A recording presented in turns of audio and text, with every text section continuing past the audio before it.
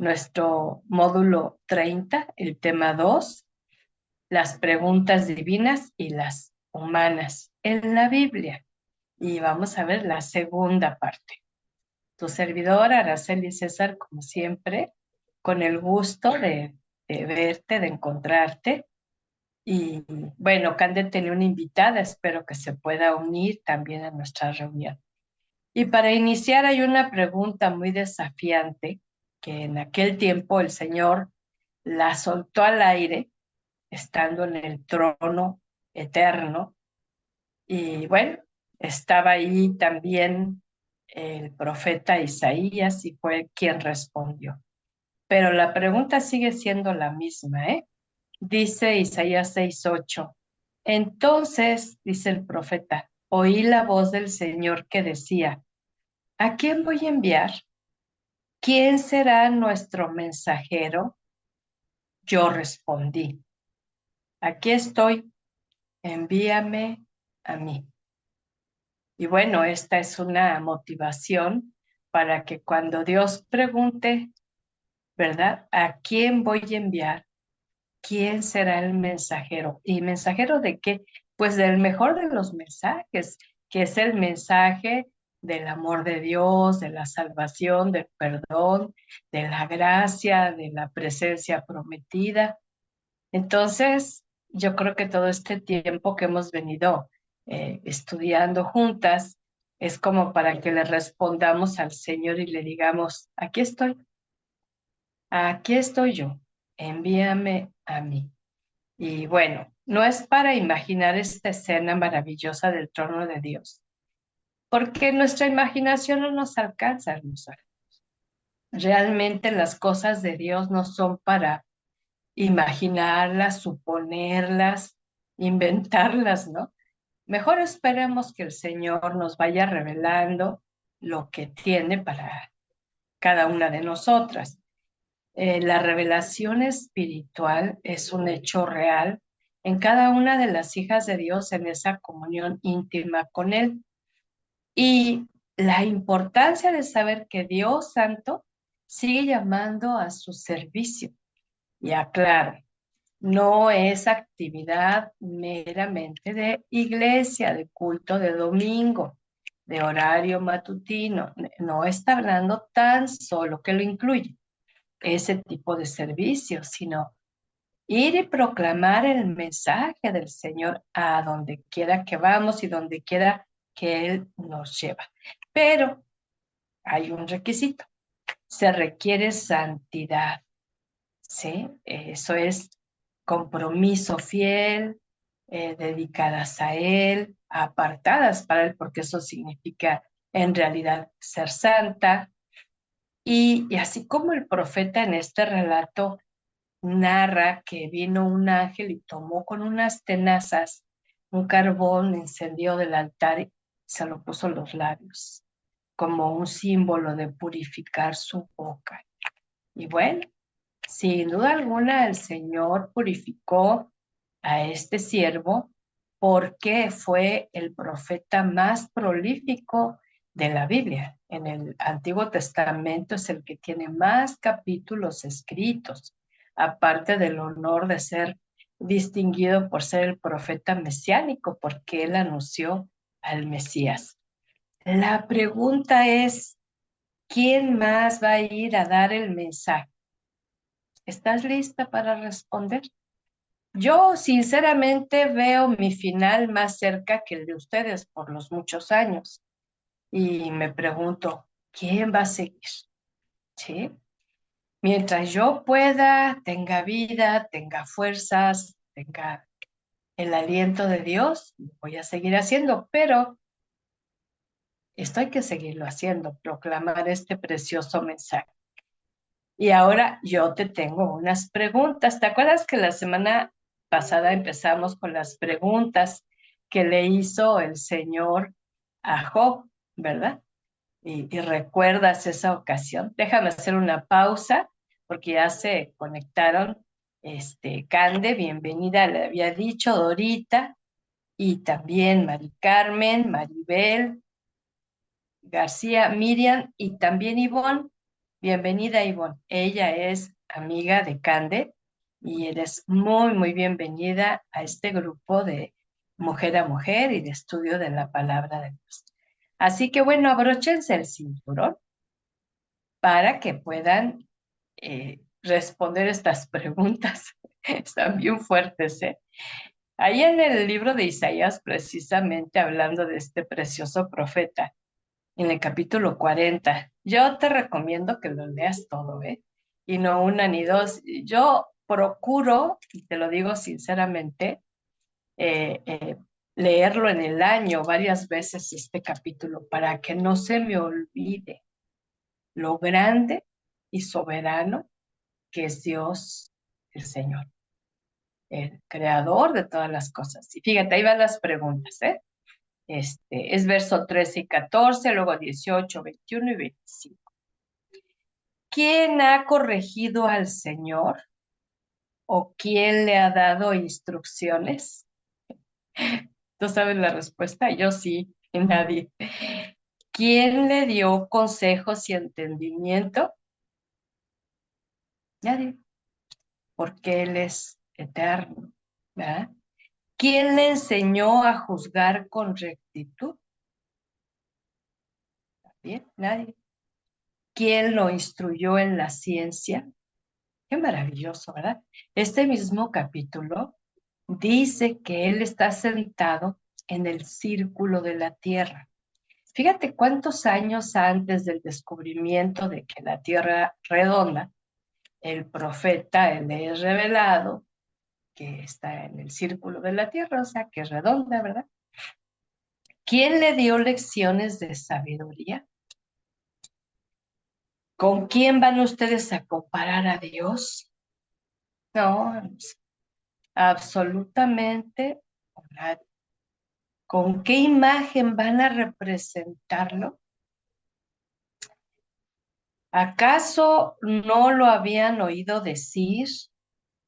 ¿No se lo contaron desde el principio? ¿No han comprendido desde la creación del mundo? El Dios Santo, verso 25, pregunta, ¿con quién me van a comparar ustedes? ¿Quién puede ser igual a mí? Estas son las preguntas divinas, algunas de las preguntas divinas en este caso las estaba refiriendo al profeta para que las hablara al pueblo, porque el pueblo se dio a la tarea, tristemente imitadora y copiona, de levantar imágenes que representaran dioses. Y en un momento dado les reprendió diciendo, ¿para qué me oran a mí?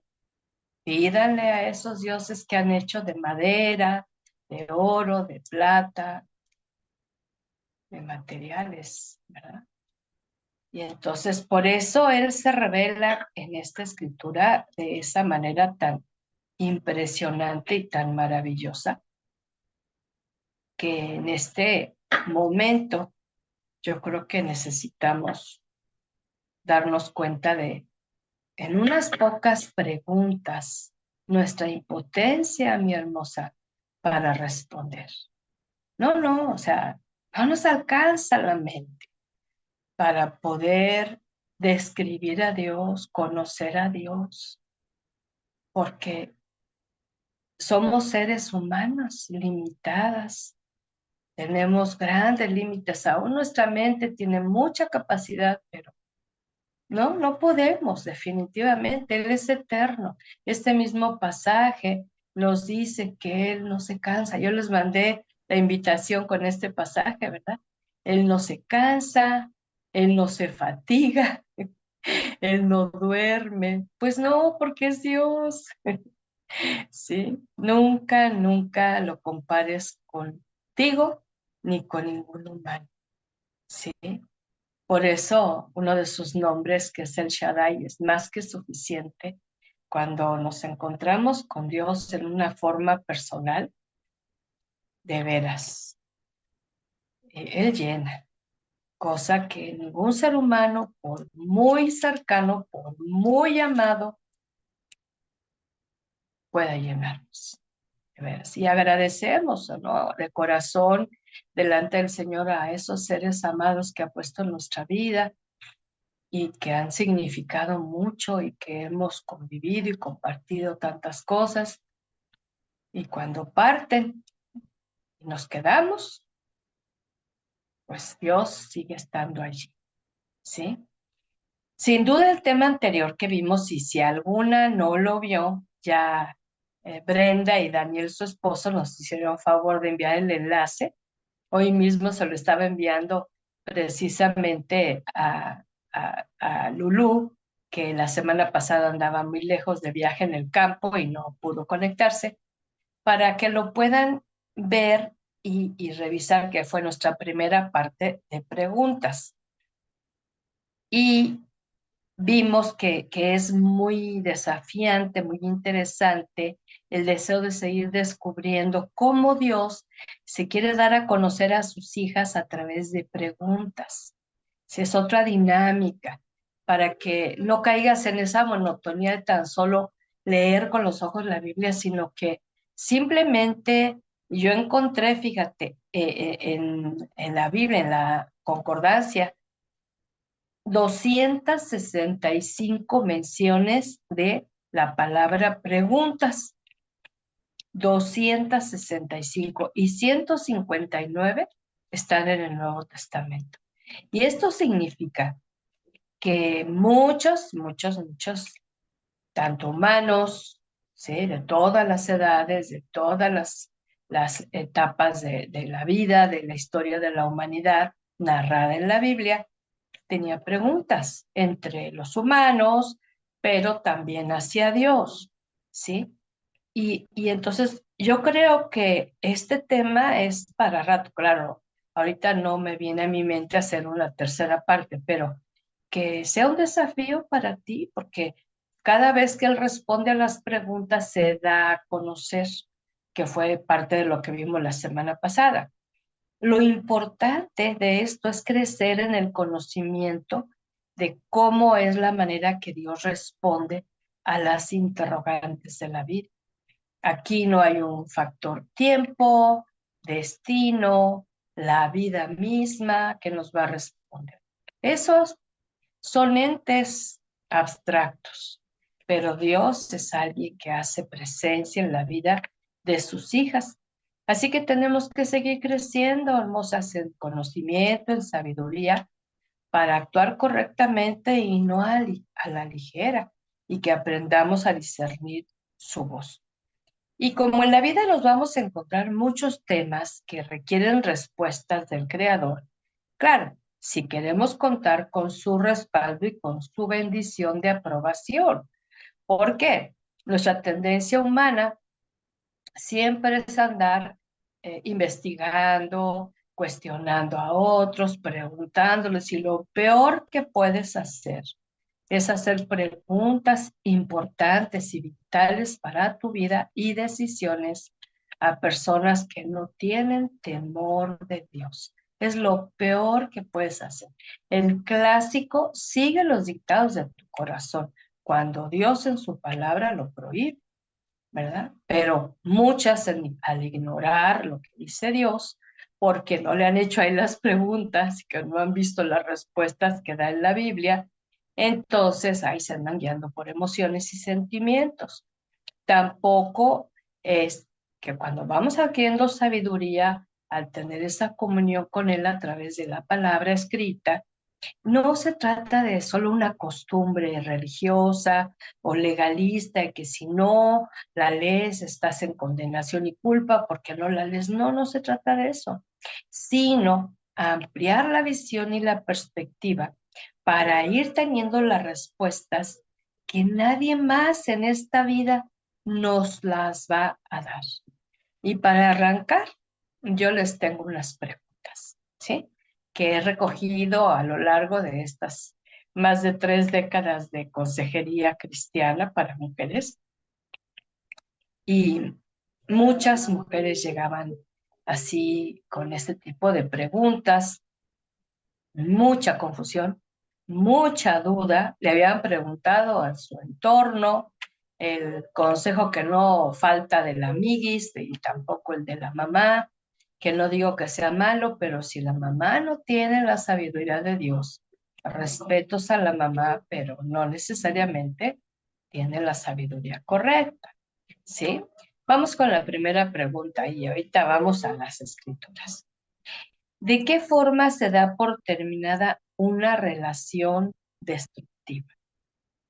¿Sí? ¿De qué forma?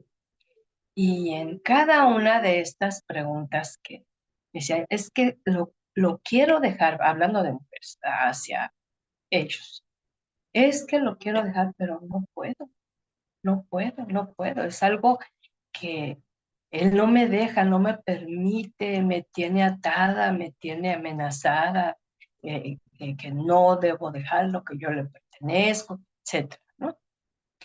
Y yo diría que el consejo sería, ve desde el principio de la relación qué tantas señales de advertencia Dios te dio acerca de esa persona destructiva que pasaste por alto, que no hiciste caso y que seguiste precisamente los dictados de tu corazón, una atracción, una emoción, una pasión. Y entonces, cuando ya está el compromiso así, bien, valga la redundancia, bien comprometido, ¿sí? Empieza a haber esa destrucción de muchas formas, ¿no? Y quieres terminar porque eso no es amor, definitivamente. Entonces, primero ir con Dios y pedirle perdón por no haber prestado atención a su voz en el tiempo oportuno, por haber tenido miedo de quedarte sola, de decir no a esa relación que quizá a tu opinión era la única o la última oportunidad. Pero lo que luego se vivió es tremendo. Si no viviste esto, guarda este consejo para compartirlo con otra mujer que necesita este consejo. Segunda pregunta, ¿cómo resolver los asuntos pendientes del pasado que no sabíamos que era malo el haber participado? ¿Sí? Hay muchos testimonios muy bonitos de cómo muchas mujeres cuando llegan a encontrarse con Jesucristo y lo conocen como Señor y Salvador personal, que viene para hablarlas de la esclavitud del pecado, de la mentira, del engaño, del poder del diablo, de las ideas falsas, de la influencia del mundo, etcétera, ¿verdad? Y empieza a haber cambios muy bonitos y muy favorables. Pero no nada más es darle vuelta a la página, sino que quizá antes no sabíamos que era malo, eso malo que hicimos, pero ahora que estamos en el camino de la fe y conociendo a Dios por medio de su palabra, entonces podemos ir delante del trono de la gracia y allí ponernos a cuentas con Él. Pero no se trata de decir, perdóname, todo lo malo que hice. Lo hemos hablado en este curso, pero yo quiero reiterar que aquí no cabe el todo lo malo, sino tomar un buen tiempo para que el Espíritu Santo nos señale qué malo fue, porque lo malo a los ojos de Dios es pecado.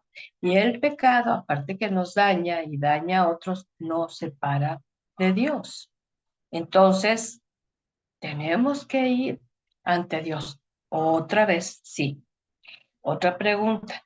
¿Qué clase de perdón se aplica ante la infidelidad conyugal del otro o la propia? Y esta pregunta, tú no tienes una idea cuántas mujeres me la han hecho. Ahorita hablo aquí de la infidelidad conyugal, pero a veces se da desde el noviazgo. Y muchas en esa ceguera, porque alguien describe que el amor es ciego. Y sí es cierto cuando está gobernado por la carne, por la naturaleza humana, porque no mira una realidad que Dios nos quiere revelar. Desde el noviazgo hay infidelidad. No hay ninguna garantía que en el matrimonio va a haber fidelidad. Y bueno, en este caso, Si hay alguna que tiene como ese plan o le han pedido consejo, ¿verdad?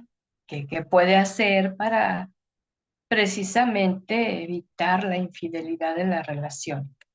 Cuando empieza una relación, una mujer tiene que preguntarle a ese varón si ella no tiene que saber de su vida todo lo que hizo, pero el que sí tiene que saber es Dios, pero en forma, en modo, como se escucha de la tecnología, de confesión y arrepentimiento sinceros. Que arregle cuentas con Dios. A ti no te tiene que venir a contar todo lo que hizo y de igual manera la mujer debe hacerlo. ¿Por qué se filtra la infidelidad en el matrimonio? Porque la puerta se le abre desde el noviazgo cuando se fornica. Lo hemos visto en este curso. Estoy haciendo como un recuento breve de algunos temas que hemos visto, pero son preguntas muy frecuentes que hacen mujeres y las mujeres que te rodean, tanto en tu vida laboral como en tu vida de familia. Hay muchas mujeres que realmente quisieran tener respuestas a estas preguntas, ¿no? Llegan muy indignadas a hablar de que el marido fue infiel. Y, y en ocasiones yo les pregunto, ¿tuvieron relaciones antes de casarse? Y la gran mayoría me comenta que sí. Entonces, la respuesta es, tú también pudiste haber caído en infidelidad. ¿No caíste en infidelidad? La mayoría me dice que no. Yo quiero creer lo que me dicen, ¿verdad? Ellas sabrán si me mienten. Yo no soy Dios para saberlo todo, pero si los dos tuvieron relaciones, ya sea entre ellos o con otras parejas, es el tapete de bienvenida al adulterio cuando se casan. Este es un principio espiritual que viene como consecuencia de la desobediencia a lo que Dios dice en su palabra. Entonces, ¿que hay perdón? Sí, pero no solamente porque te cachan o los cachas, sino porque hay un verdadero arrepentimiento con el deseo de no volver a esa vida. Por lo tanto, lo que sigue es dejar de alimentar ese deseo de la naturaleza caída que quiere el placer a costa del sufrimiento de otros. ¿Sí? Otra pregunta. ¿Cómo saber que en verdad he pasado, haciendo la pregunta personal, por una reconciliación bíblica con mis padres? ¿Cómo saber que realmente ya me reconcilié? No se trata de que ya lo pasado, pasado, quedó en el olvido, en realidad no eran tan malos. Bueno, yo también fui mala, o sea, no, no. Hemos visto temas aquí en nuestro curso de la importancia de perdonar y de pedir perdón las veces que sea suficiente. De igual manera, en el caso de la infidelidad, independientemente que haya una reconciliación o una separación, hay que soltar el perdón 70 veces 7. Y en el caso de los padres, si no hay una reconciliación, va a generar resentimiento, rencor y amargura, dureza del corazón, insensibilidad ante su necesidad, desamor, desinterés, descuido, falta de atención, falta de cuidado. Y cuando requieran ayuda, cuando no hay presentes hijos allí, falta de honra. Ahora, la honra, lo hemos hablado, no es algo que los papás merecen. Esta honra que Dios exige a los hijos hacia los padres es un mandamiento, no es un sentimiento. ¿Sí? Entonces, ¿cómo saber? Pues cuando tú los estás honrando, cuando los estás sirviendo, cuando los estás ayudando, cuando ves por ellos, cuando les expresas respeto, honor, amor, estima, valoración, gratitud por aquello que hicieron o intentaron hacer. Pero aunque haya habido cosas difíciles, tú pudiste perdonarles en el nombre de Jesús, como también como hija, pedirles perdón por el mal comportamiento como hija. que no solamente es privativo de la adolescencia, ¿no? Sino también de la edad adulta. Entonces, la respuesta es que los honras y los amas y los sirves y los ayudas y eres paciente y bondadosa. Esa es una señal. Cuando hay coraje, cuando hay así como obligación, falta todavía. Una última pregunta bueno, una pregunta en dos, en este espacio, que son preguntas que casi nadie se atreve a hacer, ¿verdad? ¿Es correcto el uso de los anticonceptivos en el matrimonio? Ahora, en el noviazgo, tache. Claro que, porque aún con anticonceptivos, con condón, si tienen relaciones íntimas sexuales, se llama fornicación.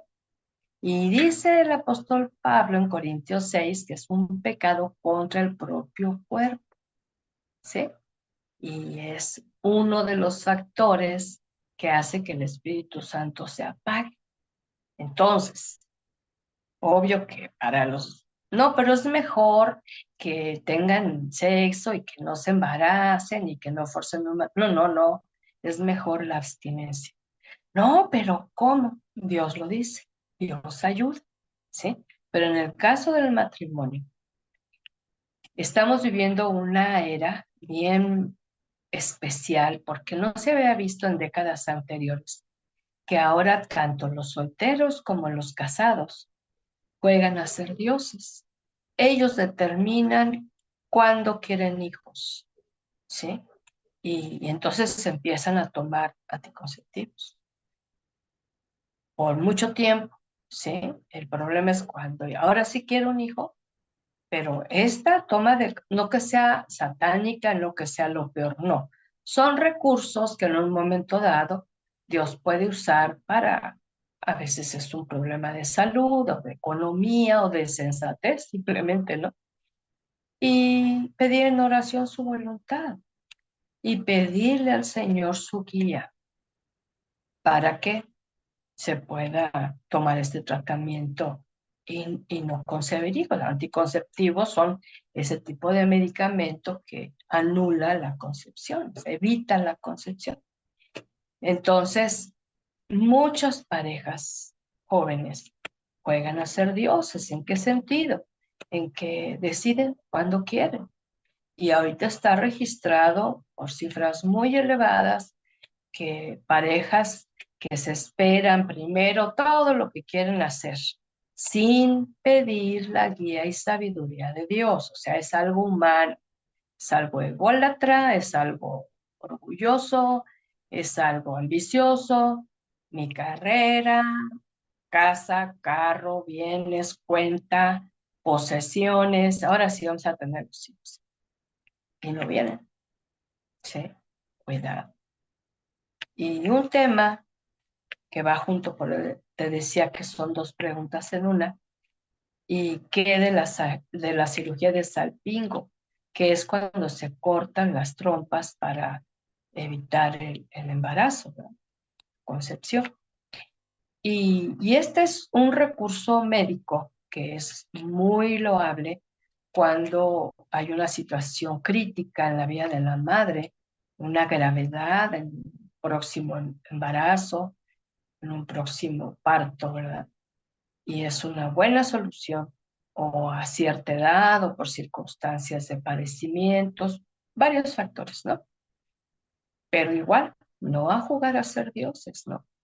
Y les cuento muy breve. Cuando tuve mi tercera hija, este, fue una situación muy crítica porque estuve varios días en espera que llegaba y no llegaba, llegaba y no llegaba. Y a la hora que me ingresaron al seguro, nunca había estado yo en el seguro. Y el médico que me atendió, que era yo recomendada de alguien especial, él fue el primero que me habló que si no quería que me hicieran salpingoplastia. Y entonces yo jamás ni lo había pensado siquiera, pero lo que sí, yo ya no quería tener más hijos porque me sentía muy ahogada con el trabajo de tres, ¿verdad? Pero esa es mi humanidad, mi emoción, mi óptica, mi opinión. Y entonces ni oré, ni lo platiqué nunca con mi esposo.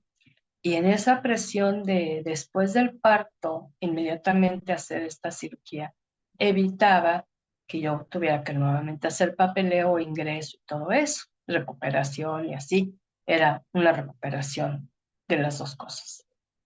Y se me ocurrió decir a la ligera que sí. Claro, le pregunté a mi esposo, él también estaba presionado, también la enfermera le comentó los beneficios y ya que sí. Y pasado el tiempo, buen tiempo, el Señor habló conmigo, ¿verdad? Y me dijo que ahí, porque juegas a ser Dios. Ahora, Dios no quiere llenarnos de hijos, ¿no? No, Él quiere que busquemos andar en su voluntad. Pero como acerca de eso hay muy poca o ninguna información, simple y sencillamente la madre y la comadre, ¿no? Lo que te dice, pero, y luego el médico a veces es tajante, pero ¿qué de la voluntad de Dios? Y es ahí cuando uno va con Dios. Entonces yo me acuerdo que esa ocasión yo le pedí perdón por haberme apresurado, porque pude haberle dicho, no ahora, y voy a orar, pero no, en mi mente no estaba decirle, no ahora y voy a orar, porque te soy sincera, no estaba en mi mente, pero me pareció fácil. De esas cosas que parece que no son malas, pero yo jugué a ser Dios, porque yo dije, hasta aquí, hijos. Entonces, hermosa, son algunas preguntas que a veces las hemos hecho en nuestra mente y no tenemos respuesta. Les preguntamos a otros y cada quien da su opinión. Pero cuando te presentas al trono de Dios, encuentras a un Dios compasivo, comprensivo y bondadoso. Él comprende nuestra debilidad y limitación humana, pero cuando ve un corazón arrepentido por el acto, entonces Él es movido a misericordia, ¿verdad? Y te perdona y te ayuda.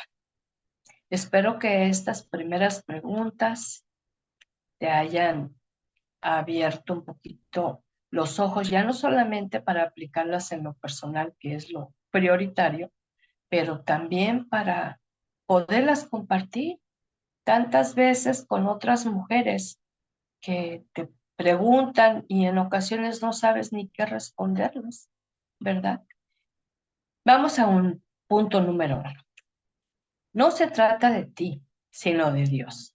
Y vemos un relato breve ahí en Éxodo 3 del 11 al 14.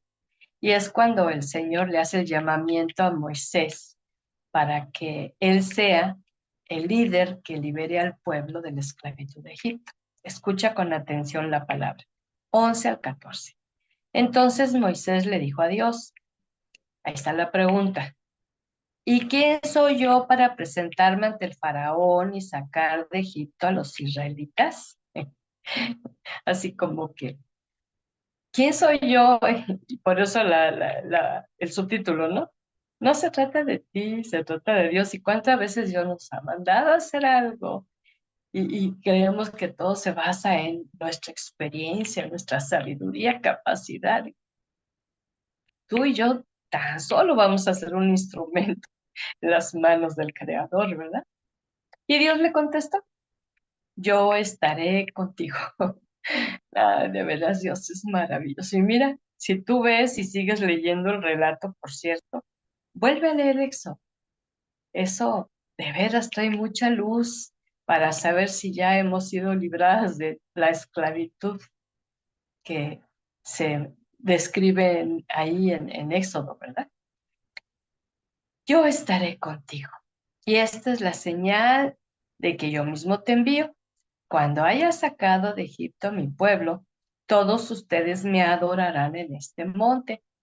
Pero Moisés le respondió, el problema es que si yo voy y les digo a los israelitas, el Dios de sus antepasados me ha enviado a ustedes, ellos me van a preguntar, ahí viene la otra pregunta que a veces nos hace la gente, ¿cómo se llama? ¿Sí? A mí me gusta mucho preguntarle a la gente cuando dicen, ay, es que Diosito Santo, cuando escucho esas expresiones sin ánimo de crítica, ¿no? porque bueno, pues es lo que han escuchado. Y entonces yo es cuando entro y les digo, ¿cuántos atributos tú conoces del carácter santo de Dios? Y generalmente no conocen ninguno, entonces yo aprovecho para enseñarles los atributos de Dios, ¿no? Y en este caso era un buen tiempo para enseñarle al pueblo quién era Dios, porque habían pasado 400 años de esclavitud y muchos de ellos ya ni sabían ni quién era Dios. Entonces le dice, ¿qué les voy a decir? Y Dios le contestó, yo soy el que soy, dirás a los israelitas. Yo soy, me ha enviado a ustedes. Ahora, aquí lo importante en el hebreo es Yahvé, pero en el original son puras consonantes. Entonces era un nombre impronunciable. Pero en el momento que él les dijo que era Yahvé, que era el que es, el que era y el que ha de venir, el que siempre ha existido, más que un pronombre, este es un verbo, ¿verdad? Entonces, un primer principio eterno, ¿sí? Para todo aquello que sucede en mi vida y en la tuya, se trata de Dios y no de ti y no de mí. Nosotras no somos las estrellas de la obra. Nosotras no somos las protagonistas principales. Somos un extra más en la historia de la humanidad.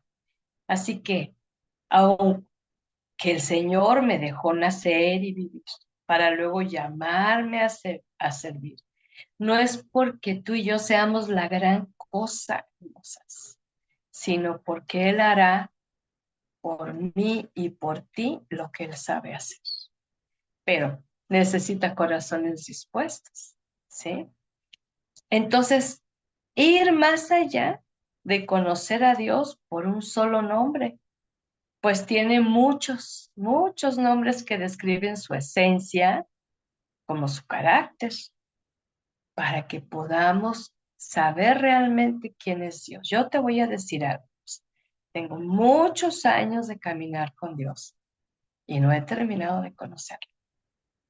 Te animo, no creas que ya sabes mucho, qué bueno que has aprendido, pero todavía falta mucho. Número dos, te voy a narrar una historia que es muy poco conocida, pero de ahí vamos a sacar otro principio eterno, porque hubo una pregunta interesante. Número dos, no responder con mentiras. Jueces 4, 20, 21. Y si te interesa este relato, que no es muy conocido, bueno, pues lee todo el capítulo. Císara le dijo, quédate a la entrada de la tienda y si alguien viene y te pregunta si hay alguien aquí dentro, dile que no. Pero Císara estaba tan cansado que se quedó profundamente dormido. Entonces Jael, es con la mujer que estaba hablando este rey, Jael, cuando él se quedó dormido, tomó un martillo y una estaca de las que se usan para sujetar la tienda donde ellos vivían. Acuérdate que se clavaban en la arena profunda y acercándose sin hacer ruido hasta donde estaba Císara, le clavó la estaca en la sien, perdón, contra la tierra y así murió Císara. Yo sé que muchas no conocen esta historia, pero es muy apasionante. La importancia aquí no es señalar a Jael como una gran mujer que hizo una gran hazaña, no, porque lo que hizo fue reconocido por el Señor, porque no dijo mentiras al ocultar aquel hombre. Probable, no sabemos muy bien si ella sabía quién era ese hombre, era enemigo del pueblo de Dios, ¿verdad? Débora estaba al frente para ir a capturar a este hombre, pero huyó.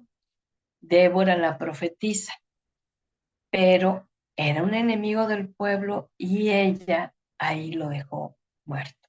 Pero en primer lugar, no iba a participar de un engaño, de una mentira. Si llegaban a preguntar por él, pues tenía que mentir porque le había recomendado mentir, ¿verdad? Aquí el principio es, no mientas cuando te hacen una pregunta, ¿no? Y me viene a mi mente cuando mi hija va a ser adolescente, una amiga le dijo, te voy a pedir un favor, amiguis, no quiero que me vayas a fallar. Yo te quiero mucho, tú eres especial y que no sé qué. Fíjate que esta noche me voy a ir a quedar con mi novio, pero pues obvio que no le voy a decir a mis papás, pero sí les voy a decir que tú me invitaste a tu casa a dormir, entonces yo quiero darles tu número y cuando te hablen, tú les digas que estoy dormida, pero que estoy ahí contigo.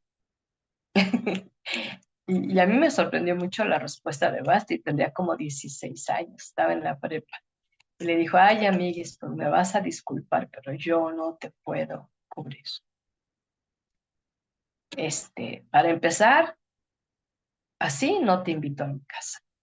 Y tampoco voy a mentir a tus padres. Ay, qué mala amiga. Y me dejó de hablar. Hermosa, a veces la gente nos invita, ¿verdad?, a ese pecado de la mentira, del encubrimiento. Y cuando mi hija me platicó el evento, yo le di la gloria al Señor por poner en ella ese temor de caminar con verdad. Entonces, cuando tú puedas, lee el relato completo que hace mención precisamente a Débora, que fue jueza de Israel y que en muchos retiros llegan a hablar de que todo el mundo sale de retiros sintiéndose la Débora. Hermosa, yo no quiero ir a ningún retiro para sentirme como ninguna mujer de la Biblia. Yo quiero, cada vez que recibo palabra, aprender a reflejar más el carácter de Jesucristo en mi carácter, ¿sí? Pero en el caso de Débora, él hizo cosas maravillosas a pesar de ser mujer en un mundo machista. Número 3, tiempo de ayunar y no ayunar. Segundo de Samuel 12, 21 al 23. Leo y ahorita te explico el contexto. Entonces sus oficiales le preguntaron, ¿pero qué está haciendo su majestad? Cuando el niño aún vivía, su majestad ayunaba y lloraba por él, y ahora que el niño ha muerto, su majestad se levanta y se pone a comer. David respondió, cuando el niño vivía, yo ayunaba y lloraba pensando que quizá el Señor tendría compasión de mí y lo dejara vivir. Pero ahora que ha muerto, ¿qué objeto tiene que yo ayune si no puedo hacer que vuelva a la vida? Yo iré a reunirme con él, pero él no volverá a reunirse conmigo. Este relato, que tampoco es tan conocido, es el contexto y es la consecuencia de la infidelidad de David con Betsabé. Cometieron adulterio delante del Señor y lo que hizo, ¿verdad? El adulterio manda a matar al marido, la mujer queda embarazada, este bebé que nació muy delicado, al final muere y entonces está viviendo uno de los resultados. Hermosa, consejo. Cuando a alguien le esté pasando mal, con un hijo, con un bebecito, con un embarazo, guarda tu opinión, no opines. Levanta oración y pídele al Señor que te guíe cómo orar por esa situación. Pero uno ve, ay, tan bonita pareja, ay, tan jóvenes, ay, tan guapos, ay, tan lindos. Hermosa, tú no sabes, tú no sabes. Y tampoco nos pone de jueces, ay, probablemente algo hicieron mal y ahí están. No, no, no, no, no. No, hermosa, no nos toca a nosotras nada de eso, ¿no? La muerte del bebé parece así como muy fuerte, pero sin embargo, este fue parte del quebranto que Dios usó para el trato suyo con David, su siervo. Este quebranto tan fuerte lo llevó al arrepentimiento y a que él escribiera el precioso Salmo 51. donde nos da toda una lección de lo que es el verdadero arrepentimiento, la verdadera confesión, el verdadero reconocimiento y aceptación del pecado, los pecados que se cometen, el clamor por el perdón de Dios y recibir el perdón es maravilloso, ¿sí? Pregunta para cada una de nosotras. ¿Cuántas veces se ha cometido fornicación o adulterio con un embarazo no esperado? Y hay dolor y hay temor, pero muchas veces no hay arrepentimiento por la acción pecaminosa del acto fornicario, del acto de adulterio, ¿verdad? ¿Y cuántas veces al tener ese bebé hermoso en los brazos se olvida ese pecado?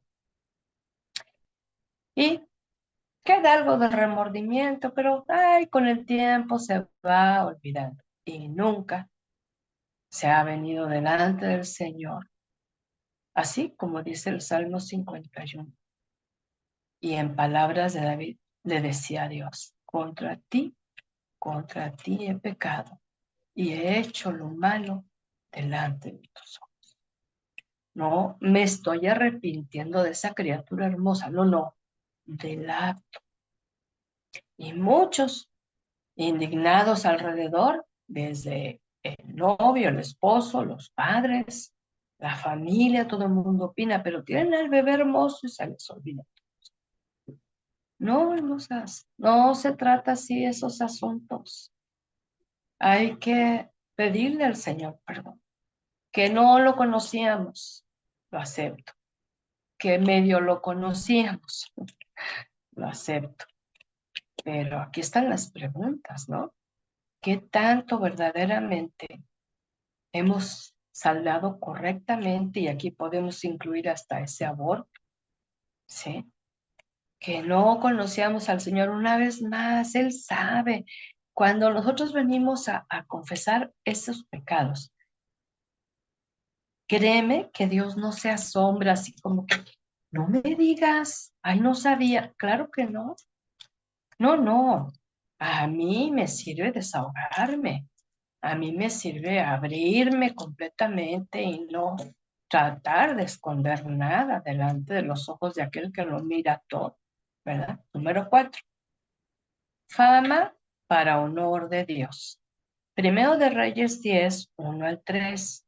Y este es un relato acerca de la visita de la reina de Saba al rey Salomón. Y dice, la reina de Saba oyó hablar de la fama que Salomón había alcanzado para honra del Señor.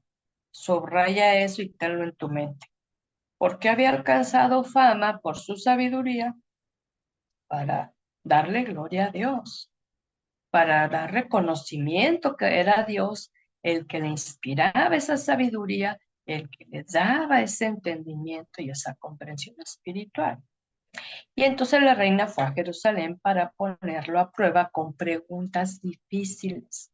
Aquí es otro de las menciones que te digo que encontré en la Biblia cuando buscaba la palabra preguntas, ¿verdad?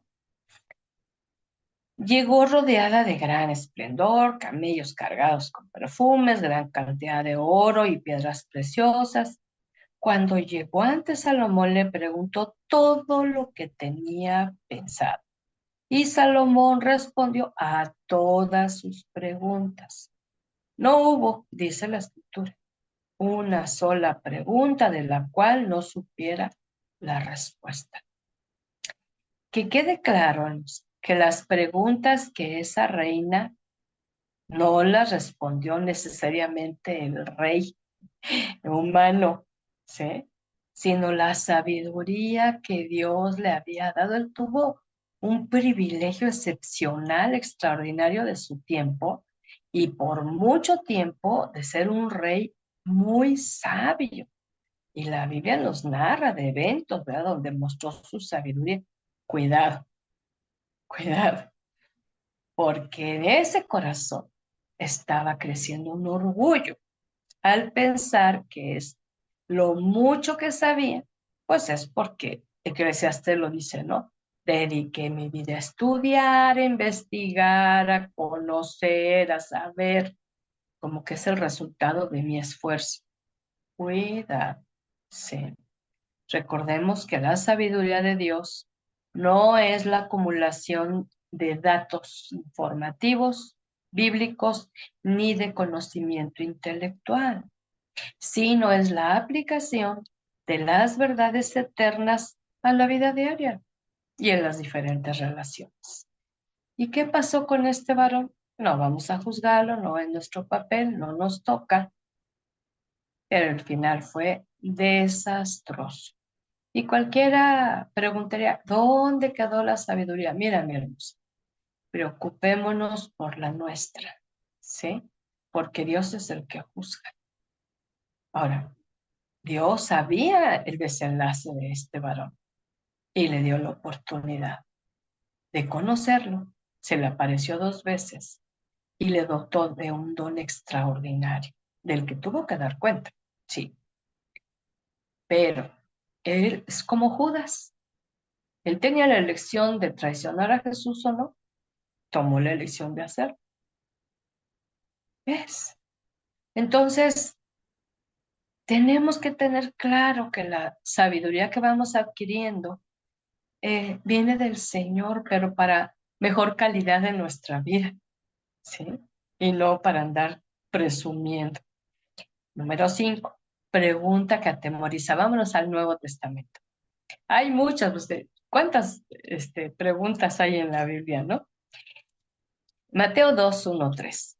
Este relato es cuando los sabios de Oriente vienen a buscar al Salvador que había nacido en Belén. Jesús nació en Belén, un pueblo de la región de Judá, en el tiempo en que Herodes era rey del país. Llegaron por entonces a Jerusalén unos sabios del Oriente que se dedicaban al estudio de las estrellas. Preguntaron, ¿dónde está el rey de los judíos que ha nacido? Pues vimos su estrella y hemos venido a adorarlo. El rey Herodes se inquietó mucho al oír esto y lo mismo les pasó a todos los habitantes de Jerusalén. Ahora el relato sigue, pero vamos a algunas reflexiones con estos textos. Este relato nos da varios ejemplos a seguir, así como advertencia a considerar. El primer ejemplo es dejarse guiar por la palabra escrita. Los sabios de Oriente tenían la información donde iba a nacer el Mesías por la estrella que iba a alumbrar el lugar y ellos llegaron a Belén, o sea, ellos creían la profecía bíblica. Entonces, para nosotras, dejémonos guiar por la palabra de Dios, no echándole ahí a la suerte a ver qué sucede, ¿no? En segundo término, su problema, si se le puede llamar así, fue ir con la persona incorrecta a preguntar, porque cuando le dijeron, ¿dónde está el rey de los judíos? No, pues lo hizo temblar de pies a cabeza, ¿no? Y ese orgullo, imagínate un principal del pueblo que gobernaba a los judíos, aunque no eran su pueblo, pero toda esa región estaba en dominio de los romanos, ¿verdad? Entonces todos los Herodes estaban al mando y ellos decían lo que tenía que hacerse y lo que no. Entonces, cuando se entera que viene otro rey de entrada, yo creo que él se impactó mucho al ver que no eran simples personas o personajes, porque venían siempre en todas las ilustraciones de tarjetitas navideñas, pintan a los tres solitarios allí yendo con según su camello, caballo y elefante, ¿no? Según la tradición, la Biblia no menciona eso. Pero ¿sabes qué? Algo que es bien importante, que este tipo de personajes, aparte de que eran estos astrónomos, no astrólogos, astrónomos, estudiaban las estrellas, estudiaban las profecías y le llevaron dádivas y generalmente ellos traían su séquito de servidores, ¿sí? Entonces ellos no navegaban solitos, y traían para sus provisiones. ¿A poco crees que vinieron caminando tantos de kilómetros, no sé cuántos, y ahí cada quien con su cofrecito? No, claro que no. No te guíes por las ilustraciones, pinturas que a alguien se le ocurrieron, ¿no? Entonces el problema es de que ellos venían con la certeza que era Belén, pero querían saber si había esta información. Y aquí fue la pregunta incorrecta, porque una le hizo tener un temor tan grande que fue ese famoso y nefasto hecho de que este Herodes mandó matar a todos los niños menores de 2 años. Sí, todos los que tenían menos de 2 años los mandó matar. Se dice que en aquel tiempo registros de la región no eran tantísimos, pero si hubiera habido uno o dos ya es algo nefasto, ¿verdad? Pero porque quería matar a ese rey que le habían anunciado. Sin embargo, el Señor le avisó a los sabios a través de una revelación que no volvieran con él al darle la noticia que se habían encontrado con el niño, el Salvador Jesús, al cual le llevaron los presentes, que por cierto no llegaron al pesebre, llegaron ya a la casa donde ellos habían regresado a vivir. Y sigo creyendo que dice Dios que todo obra para bien a quien ama a Dios. Ellos tenían una buena intención y Dios los libró de la venganza de este rey nefasto, ¿eh? Porque si hubieran regresado a darle la noticia, yo creo que los hubiera literal matado. Pero para nosotras hoy es la advertencia de cuidarse a quien preguntamos. Escucha bien esto. Cosas espirituales, y quien no tiene esa persona el temor de Dios. ¿Cómo tú vas a preguntarle a alguien acerca de la fe, de la confianza, la esperanza, la vida eterna, el perdón de pecados, el amor incondicional, la gracia divina, la misericordia de cada mañana, si no conoce a Dios? Cuidado, cuidado, compadre. Tú le puedes dar testimonio de estas cosas, pero preguntarles para nada. Número 6, pregunta al maestro. Mateo 17, 19 al 20. Después los discípulos hablaron con Jesús aparte y le preguntaron, ¿por qué nosotros no pudimos expulsarlo? Hablaba acerca de un evento donde había un chico con un problema de posesión. Jesús les dijo, porque ustedes tienen muy poca fe. De cierto les digo que si tuvieran fe como un grano de mostaza, le dirían a este monte, quítate de allí y vete a otra forma. Y el monte les obedecería. Nada sería imposible para ustedes. Pero algo muy interesante, hermosos. Y en esta semana el Señor me lo confirmó a través de un video corto que encontré ahí en el Facebook, ¿verdad? Que no es el tamaño de la fe de lo que está hablando Dios, así como que, aunque tenga la fe así chiquita como un granito de mostaza, no está hablando, sino ese es la calidad de la fe comparada con la calidad de la semilla de mostaza. Te voy a decir una sola característica de la semilla de mostaza. Y mi esposo y yo la comprobamos en una clase precisamente hablando de la fe y la semilla de mostaza. Él consiguió semillas de mostaza y las sembramos. Y nos sorprendió algo bien tremendo. Las pusimos en unas macetitas que teníamos en casa y creció rapidísimo hacia arriba, pero unas raíces que se salieron literal de la macetita. Sí. Entonces, está hablando de una fe evidente que crece, se nota, ¿eh? Da señal de que hay fe, pero que se arraiga y se amaciza bien para que cualquier viento, cualquier tempestad no la arranque. De esa fe está hablando. Por cierto, si has preguntado en alguna ocasión si puedes participar en el ministerio de liberar a los cautivos, bueno, aquí Jesús nos da parte de las respuestas porque hay otros eventos, ¿verdad? Aparte de una fe creciente, madura y con fruto, También la práctica del ayuno que agrada a Dios. Para esto, leer Isaías 58, porque la práctica de ese ayuno, que es el verdadero, se aprende a ser humilde como Jesús. No nada más es dejar de comer. Número 7, para aprender o para probar. Mateo 19, 3 al 5 y 7, 8. Algunos fariseos se acercaron a Jesús. Es un tema muy interesante, presta atención.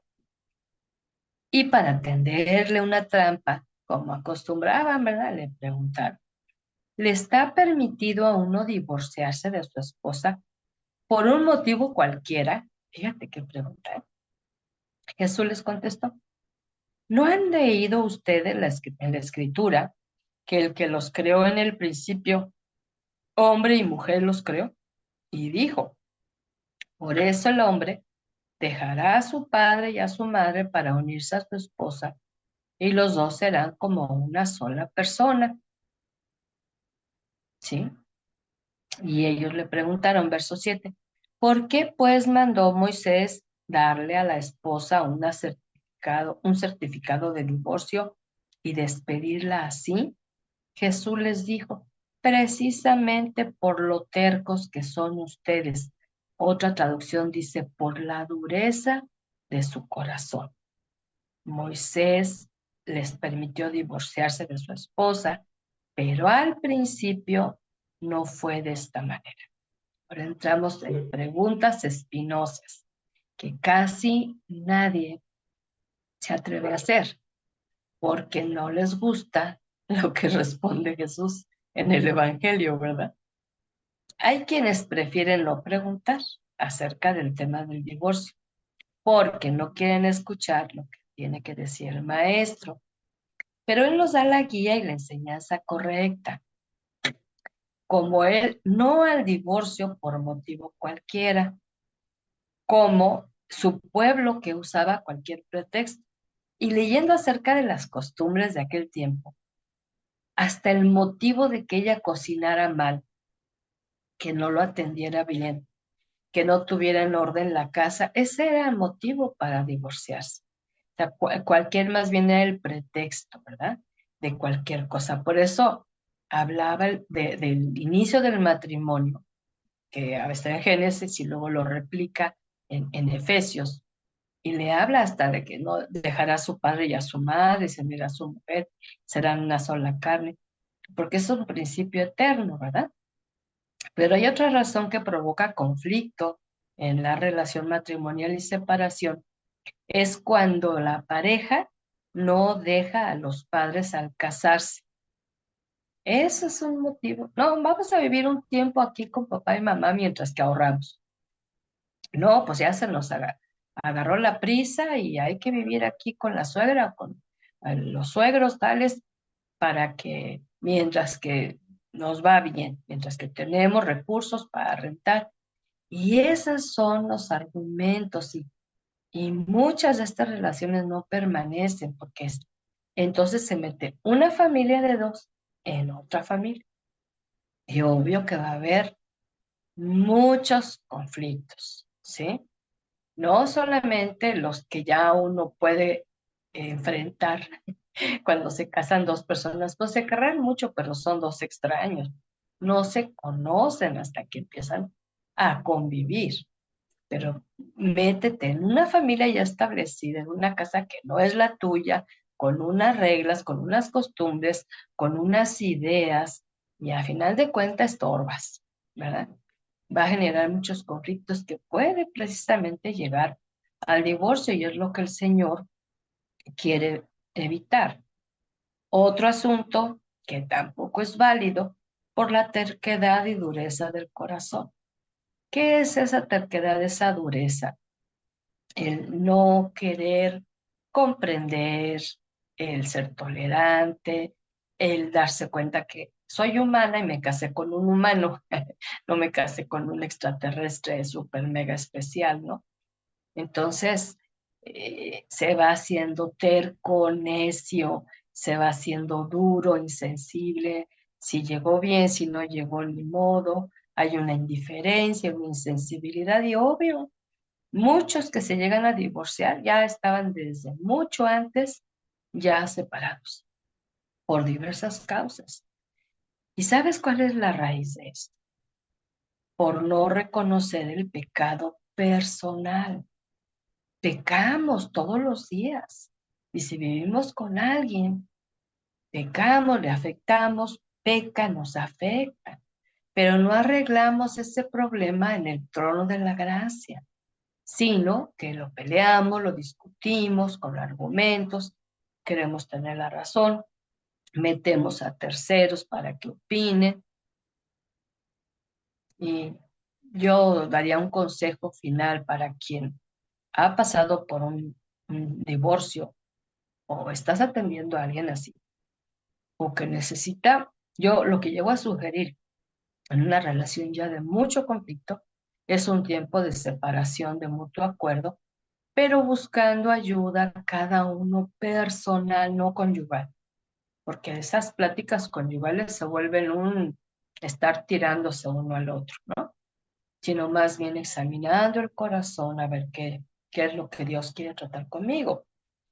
Y entonces, la persona que se llega ya a divorciar requiere un trato divino, íntimo, aparte. ¿Cuánto tiempo? El necesario, ¿sí? Un acta no va a resolver los conflictos, los resentimientos, infidelidades, los abusos, las mentiras, los malos tratos, las ofensas. Eso no lo resuelve, pero el perdón resuelve muchas cosas, ¿sí? ¿Y qué decir cuando Jesús enseña que si alguno se divorcia, no debe volverse a casar? Ah, yo he visto caras, muchas caras, ¿no? No les gusta, pero fíjate lo que dice Jesús. Mateo 5:32. Pero yo les digo que si un hombre se divorcia de su esposa, a no ser en el caso de una unión ilegal, la pone en peligro de cometer adulterio. Y el que se casa con una divorciada, comete adulterio. Estas palabras han traído en medio de la iglesia, mucha inconformidad a los que las escuchan, que están pasando por esta condición, y mucho pesar al corazón de muchos. Pero también son tiempos de reconciliación con Dios, porque no es solamente que, ¿qué garantía hay de que una persona que se divorcia porque deja de amar, qué garantía hay que si se casa con otra persona ya sabe amar? No es que cuando me casé ni cristiana era y ahora ya soy cristiana. De veras, o sea, yo digo que este es un trato muy íntimo y muy personal con Dios, pero también buscar consejería seria, consejería sana, para saber qué hacer ante estas situaciones, ¿sí? Para mí el divorcio no es una solución, ¿sí? Puede ser una ruta de escape, pero enfrentan otras situaciones que nadie les advierte, que aun cuando tengan un papel que los separa, pues ya hay, si hubo hijos, pues tiene que seguir habiendo un trato. Y tristemente, los padres que se separan les prometen a los hijos que ellos nunca los van a dejar de amar y el hijo se cuestiona, a ver, ¿cómo? Si dejaron de amarse entre ustedes, ¿qué garantía es que me van a seguir amando? ¿Con qué clase de amor? Y efectivamente, porque tristemente muchos matrimonios se casan con un amor humano y nunca descubren el amor divino que todo lo puede, lo sufre, lo espera, lo soporta y nunca deja de ser. Ese solamente viene a través de Jesucristo. Y es un aprender a amar de todos los días, ¿sí? Al estilo divino, digo yo. Entonces aquí encontramos, número 8, otro pasaje muy interesante. Yo espero que estos pasajes les estén dando luz. Yo, al estar pensando, como no me llegaban preguntas, entonces dije, bueno, voy a elaborar las preguntas, ¿no? Y son temas que me hacen muchas veces consulta como consejera. Número 8, sujeción y amor reales. Efesios 5, 21 al 25. Presta mucha atención. Estén sujetos los unos a los otros por reverencia a Cristo. Este verso, todos los cónyuges se lo saltan. Entran directo y ahí te van. Las esposas deben estar sujetas a sus esposos como al Señor. Pero de esto, que ella lo cumpla, se encarga el esposo. Pero no le mandó este mandamiento al esposo para que lo haga la esposa. Se lo manda a la esposa. Porque el esposo es la cabeza de la esposa, como Cristo es cabeza de la iglesia, la cual es su cuerpo, y él es también su salvador. Aquí el pero es que hay muchos esposos que no saben ser cabeza, ¿sí? Porque la cabeza en el matrimonio que representa al esposo significa nutridor. Y cuando habla de nutridor, habla de un hombre que lleva el alimento espiritual, es un tipo pastoreo que da a la esposa, cuida su vida espiritual, se preocupa por su tiempo devocional, se preocupa por su conocimiento de Dios, se preocupa por su crecimiento, por el descubrimiento de sus dones, de su llamado a servir, de su carácter que refleje a Cristo. Este es un nutridor, ¿ves? Pero entonces se cruzan los cables, ¿no? Porque como pasan por alto, estén sujetos unos al otro por reverencia a Cristo. Se supone que ambos sometidos en las debilidades de uno descansa el otro con sus fortalezas y las debilidades del otro descansa el otro con sus fortalezas. Descubrirlas, apoyarse. Yo soy buena para esto, tú no, yo ayudo. Yo soy bueno para esto, tú no, yo ayudo. Pero no, hay una constante lucha de poder, competencia, rivalidad, comparación. Es lo que traemos. Casa nueva, a lo mejor muebles nuevos, vestido nuevo, pero todo lo demás viejo. Entonces no cumplimos esto, ¿no?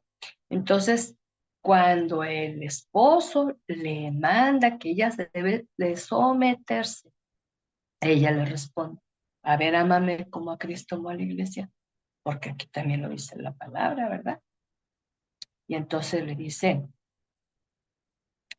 esposos, amen a sus esposas como Cristo amó a la iglesia y dio su vida por ella. Entonces les digo, se cruzan los cables. Ella está al pendiente de que él ame como Cristo en ese sacrificio, en esa entrega, en ese compromiso fiel, ¿verdad? Y él está pendiente de que él se le sujete y si no, yo me encargo. Y este es uno de los problemas. Entonces, aquí en este pasaje encontramos varias instrucciones. Mi pregunta es, ¿qué tanto has repasado este pasaje como un tipo de examen personal? Tú y Dios, si tu esposo quiere participar, excelente, pero si no, tú hazlo para que Dios te apruebe o no de lo que Él te está mandando a ti a hacer. Y sigue el pasaje, yo me quedo en el versos del 21 al 25, pero esto no termina allí. Entonces, es importante, mis hermosas, que sigamos las instrucciones del orden de Dios para los cónyuges. Yo publicaba ayer un pensamiento, ¿no? Y muchas mujeres se ilusionan de más con la boda, pero también con los aniversarios. Y déjame decirte algo, lo que para ti, así como la celebración del aniversario, wow, y yo voy a hacer y me voy a poner y voy a ir y voy a esperar que me sorprenda. Y la sorpresa es que se le olvidó el aniversario. Y sucede muy seguido, ¿no? Y luego la otra es el aniversario X, para 25 años, ¿no? Y vamos a renovar votos. Yo digo, ¿por qué esperarse 25 años para volver a decir las mismas palabras que dijeron cuando se casaron, que no han cumplido? En lugar, y yo ponía, mejor renovar cada uno su mente y su corazón día con día. Y de la riqueza de la renovación y transformación de mente y corazón a aportar a la relación. En lugar de estar fantasiosamente siguiendo ahí las ideas del mundo, la fiesta y los invitados y los regalos y la ceremonia y otra vez lo mismo. Parece que no tuvimos suficiente con un rito religioso al inicio. Muchas de nosotras al casarnos, no todas, desde luego, ¿verdad? Ahora, aprender a amar y aprender a someterse se aprende de Dios. No nacemos con la capacidad de la sujeción y el sometimiento, porque por naturaleza, ¿te acuerdas? Somos rebeldes, ¿sí? Y amar tampoco. Es más calentura, más testosterona, más hormonas, más atracción sensual, que real. Por eso eso se va apagando con el paso de los años. Pero cuando le pedimos al dador de la vida que nos enseña a amar, nos enseña a someternos. Por eso, cuando vivimos en casa paterna, está la idea de someternos a nuestros padres, pero desde ahí empieza la rebelión. Nos mandan a la escuela, nos rebelamos contra los maestros. Empezamos a trabajar, nos rebelamos contra los jefes. Ya vamos a la iglesia, nos rebelamos contra los pastores. Bueno, nos casamos y nos rebelamos contra el cónyuge. Entonces, es lo humano y natural. La pregunta es, ¿qué tanto has desarrollado en tu vida? Primero, someterte a Dios por reverencia a Cristo y aprender a amar como Él ama. Sí, con acciones. Sí, acompañado de palabras, pero más con acciones. ¿Qué tanto lo hemos podido aprender? Entonces, aquí el tema es que los matrimonios también se basan mucho en lo emocional, en lo físico, en lo fisiológico, y no quieren aprender los principios espirituales de Dios. Mientras siga dominando lo humano, la carne, la naturaleza caída, va a haber muchos conflictos. Y yo, amada de mi corazón, te diría, tú haz tu parte. ¿Mm? Tú no eres la salvadora, tú no eres la redentora, tú no eres la que cambia al marido, ¿sí? Sino que haz tu parte y Dios te va a respaldar. Al final, la pregunta que me hicieron, y cuando me hicieron esta pregunta, me hizo muy interesante. Dice, ¿por qué no debemos orar al Espíritu Santo y adorarlo como lo hacen en muchas iglesias? Te voy a responder con la palabra y gracias por la pregunta. Muy interesante porque llegamos luego a ciertas iglesias y vemos este tipo de expresiones y no van de acuerdo a la escritura, ¿eh? Fíjate lo que dice Romanos 8, 26 y 27. Pero si te quieres empapar más de la obra del Espíritu Santo, lee todo el capítulo. Pero si te quieres empapar más del Espíritu Santo, pues entonces busca en todo el Evangelio, en todas las cartas pastorales y las cartas apostólicas, la obra del Espíritu. Pero fíjate lo que dice Romanos 8, 26, 27. De igual manera, el Espíritu nos ayuda en nuestra debilidad. Ahí está una de sus funciones. Porque no sabemos orar como es debido. Ahí está una de nuestras debilidades, límites y carencias. Pero el Espíritu mismo ruega a Dios por nosotros. Ahí está otra de sus funciones. Con gemidos que no pueden expresarse con palabras. Y Dios, aquí está el soberano, que examina los corazones, sabe qué es lo que el Espíritu quiere decir, porque el Espíritu ruega conforme a la voluntad de Dios por los del pueblo santo. Entonces, ¿por qué no debemos orar? Porque la oración que nos enseña la palabra de Dios y mayormente en el Nuevo Testamento es dirigida al Padre en el nombre de Jesucristo, su Hijo, por el poder, guía e inspiración del Espíritu Santo. ¿Sí? Y yo he escuchado, a veces yo no lo hago en crítica, pero a veces hacemos frases que hemos escuchado y las replicamos sin entendimiento, porque decimos, Señor Jesús, ayúdame, tú eres mi Padre. Espera, espera, Jesús no es tu Padre. Dios se manifiesta en tres formas diferentes para tener un acceso claro y preciso a Él sin confusión, ¿sí? Pero confundimos diciéndole a Jesús Padre, no, no es Padre. Estábamos orando al Padre en el nombre de Jesucristo, porque es por su gracia, su muerte, su resurrección, que obtenemos las bendiciones del Altísimo. Pero ¿quién nos va a inspirar para pedir lo correcto? Pues precisamente el Espíritu Santo. Él es el que guía toda verdad y el que enseña todas las cosas. ¿Sí? Pero es Dios también.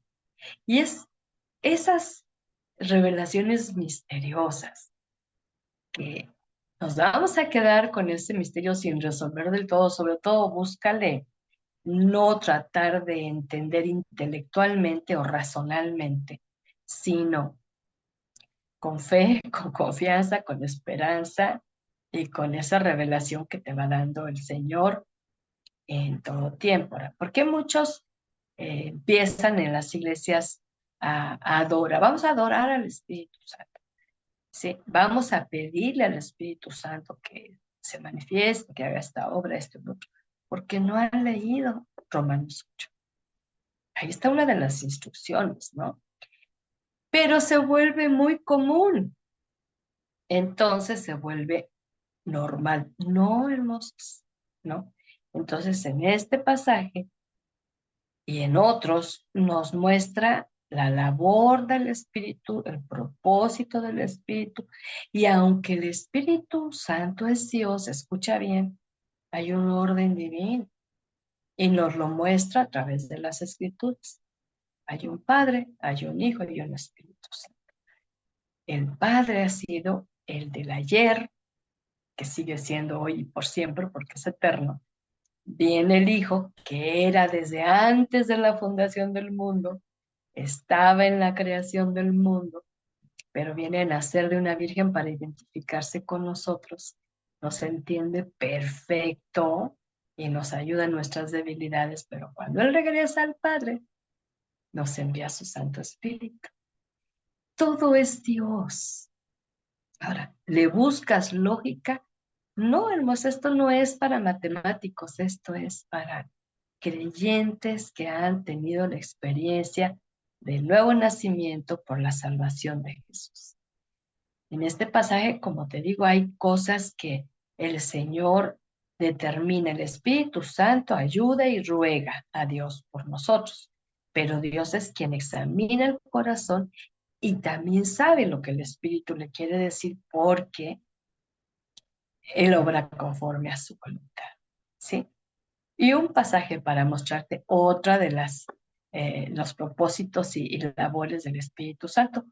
Juan 16:14. Él, hablando del Espíritu Santo, y Jesús está hablando, mostrará mi gloria. Y uno de los propósitos de la venida del Espíritu Santo es darle honor y gloria al Hijo. Porque recibirá de lo que es mío y se lo dará a conocer a ustedes. El apóstol declara que el Espíritu muestra la gloria del Hijo y nos la da a conocer a nosotros. ¿Quieres profundizar más en este tema que es muy apasionante y muy hermoso? Pues busca los pasajes referentes a la obra que es maravillosa. Y aquí no es competencia. ¿Quién lo hace mejor? ¿Quién es más? No, no, pero hay un orden. Padre, Hijo, Espíritu Santo. Ayer, hoy, siempre. Aquí el tema es que Dios no se rige por los horarios de esta tierra, ni los humanos tampoco. Él sigue siendo Dios, así que siempre que ores y adores al Padre Eterno y al Hijo de nuestra salvación. Mm. Por el poder, la inspiración y la guía que el Espíritu Santo da al discernir, al entender, al comprender, al ser iluminados, al ser guiados para hacerlo conforme a la palabra. ¿Cómo ves? Bueno, este fue el tema que preparé para cada una de ustedes, esperando que al profundizar en este tema, que vimos algunas otras preguntas, pero que vemos que es una forma también de disipar nuestras dudas. Esto es algo bien precioso. Y quiero que oremos y al final, bueno, pues dar la bienvenida a quienes se añadieron después, pero yo te invito para que tú tengas la actitud humilde y sincera de decirle al Señor de corazón, desde lo más profundo, dile al Padre Eterno: cuánto necesito aprender sabiduría, cuánto necesito disipar todas mis preguntas en ti, Señor, y tu palabra. No en mi mente, no en mi corazón, ni en mi experiencia, sino en tu palabra, pero con la guía y la inspiración de tu Espíritu, por la gracia de Jesús. Señor, yo necesito tener esa sabiduría para los diversos temas que vimos en esta noche. Temas de actualidad, temas de siempre, en los que cada quien hace lo que bien le parece, y yo ya no quiero estar en ese grupo de irme guiando por la vida, por el tiempo, por el destino, por la suerte, por el consejo malo. Señor, con temor, temblor y reverencia te ruego, Padre, que seas tú el que me ayude a encontrar todas mis preguntas y su respuesta en ti, y que me dé el tiempo también de buscarlas, de leerlas, de aprenderlas, y así como hablamos ahora, la importancia de aprender de ti, el sometimiento, el amar en forma verdadera, el saber, Señor, que tú tienes muchos nombres, que yo debo conocer la esencia de cada uno de ellos y su propósito, el que nunca vas a responder y respaldar mi vida si yo actúo con mentiras, el que habrá un tiempo de ayunar y no, pero también el de reconocer que debo de aceptar las consecuencias del pecado, aun cuando tú me perdonas, pero que harás ligera la carga cuando ya no hay culpa ni condenación. Padre, y guárdanos de todo tipo de orgullo o presunción cuando hemos logrado cierto grado de sabiduría en las cosas espirituales tuyas, para que no seamos de los que se pierden al final, que sabiendo muchos y se pierden el camino porque les ganó el orgullo, la presunción. Y mi Dios amado, permítenos tener sabiduría y discernimiento para hacer preguntas a las personas correctas, Padre, y que no vayamos con gente que no tiene ni temor de ti ni conocimiento de ti, y nos puede traer más confusión. Y mi Señor, que seamos muy sabias y prudentes para cuando nos llamas a algún ministerio, no todas tenemos que estar echando fuera demonios. No todas tenemos que andar sanando a los enfermos. No todas tenemos que tener ese don de enseñanza, pero todas tenemos, como le dijiste al profeta Isaías: ¿a quién enviaré y quién irá por nosotros? Y nosotras tenemos todas un mensaje en Jesucristo, que es el Evangelio de salvación.